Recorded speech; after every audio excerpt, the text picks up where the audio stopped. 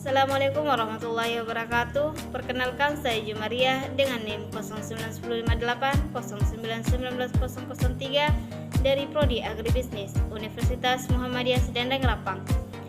Kali ini saya akan memaparkan materi inovasi manajemen produk. Yang pertama, pengertian produk. Menurut Sudaryono 2016, produk adalah sesuatu yang dapat ditawarkan ke pasar untuk diperhatikan, dimiliki, dipakai atau dikonsumsi sehingga memuaskan kebutuhan dan keinginan.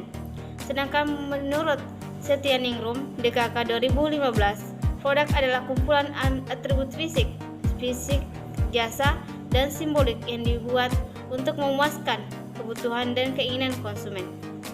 Berdasarkan definisi tadi, disimpulkan bahwa produk adalah bisa berupa manfaat nyata maupun tidak nyata untuk memenuhi keinginan dan kebutuhan konsumen yang berpotensi memuaskan pelanggan. Yang kedua, siklus hidup produk. Seperti halnya manusia, produk juga memiliki siklus hidup produk. Siklus hidup produk biasanya dikenal dengan istilah product life cycle. Secara umum, product life cycle digolongkan menjadi 4 tahap. Yang pertama, tahap perkenalan, yaitu suatu periode pertumbuhan penjualan yang lambat saat produk itu diperkenalkan ke pasar. Ciri umum tahap ini adalah penjualan yang masih rendah, volume pasar yang berkembang lambat, persaingan yang masih relatif kecil, tingkat kegagalan yang relatif rendah.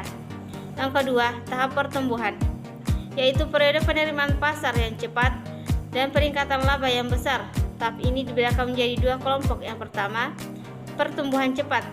Tahap ini melakukan beberapa bentuk strategi, antara lain meliputi penyempurnaan produk, penambahan karakteristik atau sifat tertentu untuk pembuatan model baru, pengembangan segmen pasar baru, penambahan saluran distribusi baru, dan pengurangan harga untuk merebut konsumen baru. Yang kedua, pertumbuhan lambat. Pada strategi ini, penjualan masih meningkat, namun dengan pertumbuhan semakin menurun, sehingga bagian besar difokuskan untuk memperkuat dan mempertahankan posisi pasar serta membangun kesetiaan konsumen dan penyalur.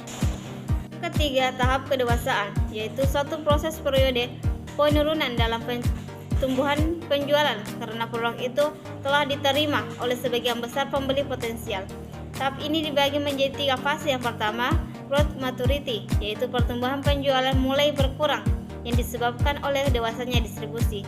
Yang kedua, stable maturity, yaitu penjualan menjadi mendatar yang disebabkan oleh jenuhnya pasar. Yang ketiga, design maturity, yaitu penjualan mulai menurun dan konsumen mulai bergerak ke produk lain atau produk substitusi. Kemudian yang keempat, tahap penurunan, yaitu periode saat penjualan menunjukkan arah yang menurun dari laba yang menipis. Pada tahap ini ada beberapa alternatif yang harus dilakukan. Yang pertama, menambah investasi agar dapat mendominasi atau menempati posisi persaingan yang baik. Yang kedua, mengubah produk atau mencari penggunaan atau manfaat baru pada produk. Yang ketiga, mencari pasar baru. Yang keempat, tetap pada tingkat investasi perusahaan saat ini sampai ketidakpastian industri dapat diatasi. Dan yang kelima, mengurangi investasi perusahaan secara selektif dengan cara meninggalkan konsumen yang kurang menguntungkan, tetapi menambah investasi untuk kelompok kecil konsumen yang masih setia dan menguntungkan, menurut Fandi Tiptono 2008. Selanjutnya itu desain produk. Pengertian desain dapat dilihat dari berbagai sudut pandang dan konteksnya. Desain dapat juga diartikan sebagai suatu kreasi seniman untuk memenuhi kebutuhan tertentu dan cara tertentu pula. Desain juga dapat merupakan pemecahan masalah dengan suatu target yang jelas menurut Axer 1965. Sedangkan menurut Alexander 1963, desain merupakan temuan unsur fisik yang paling objektif, atau desain merupakan tindakan dan inisiatif untuk mengubah karya manusia menurut Jones 1970. Dalam perkembangan selanjutnya, profesi ini terbagi atas beberapa kelompok kompetensi. Mungkin juga dapat berkembang sejalan dengan perkembangan zaman, yaitu pertama, desain produk peralatan. Yang kedua, desain perkakas lingkungan. Yang ketiga, desain alat transportasi. Dan yang keempat, desain produk kerajinan atau kriya. Kemudian Langkah mendesain produk. Berikut langkah-langkah mendesain produk adalah: yang pertama, identifikasi kebutuhan; yang kedua, kumpulkan ide; yang ketiga, menyaring ide; yang keempat, menganalisa ide tersaring; yang kelima, menentukan ide yang paling mungkin; dan keempat, persiapan perwujudan; yang ketujuh, membuat sampel yang diuji; yang kedelapan, pengujian pasar; yang kesembilan, produksi dan pemasaran dalam arti yang sesungguhnya; yang ke-10, purna jual dan evaluasi. Selanjutnya itu proses pengembangan produk baru. Program pengembangan produk yang dilakukan oleh perusahaan pada dasarnya adalah untuk mencapai sasaran yang sesuai dengan kebutuhan dan keinginan konsumen. Menurut Philip Kotler 1987, tahap-tahap pengembangan produk ada 8 diantaranya.